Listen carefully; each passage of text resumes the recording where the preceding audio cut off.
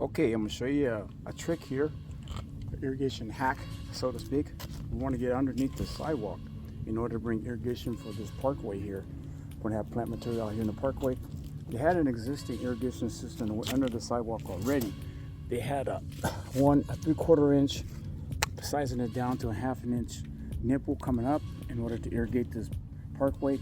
So what we did is ran a Blu-Lock 1/2 inch tubing through the 3/4 inch piping, and I have my fittings and stuff ready to go so we can hook up the drip line over here. It's gonna be a grid system drip, and what we're gonna do on this side over here is do the same thing. We set it up where we can be able to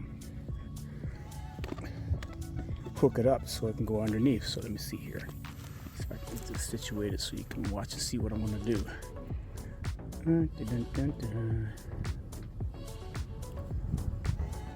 There. This went in a little bit more.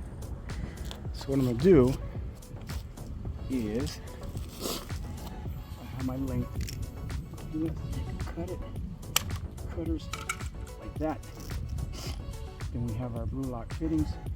We have an elbow here that's adjustable. We can put this fitting on here like this. It's a saddle fit, push fit. That's simple. Has teeth inside that'll basically hold this piping so it won't go anywhere once the pressure rises up. Plus also the teeth, there's a gasket underneath those teeth, and so when the water pressure rises up, that gasket will seal it off, so there won't be any water to leak out. And that same shark fitting fits and reef up against there. We have 360-degree capability with the fitting. So with this fitting here, we'll take and put it on like this. Boom, we're ready to go. We have 360 on that also. So we have a lot of flexibility in what we want to do with this piping. So until I'm ready to hook up my drip line and extending it out, I'll just put a 1/2 inch riser and a cap on it so no dirt gets in there. Put this on here for temporary until I'm ready to run the rest of the drip line in there. And then once we put the drip to it, we'll flush it out anyway.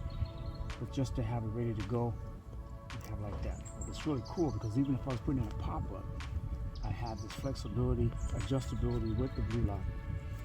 And also we have it where we can be able to move this around. So even if you wanted to have a pop-up here, we could be able to do that and get some really good flexibility going on there. So that just shows you the virtues of the Blu-Lock irrigation component system. And I will leave a link to show you where you can find out more about these and go from there.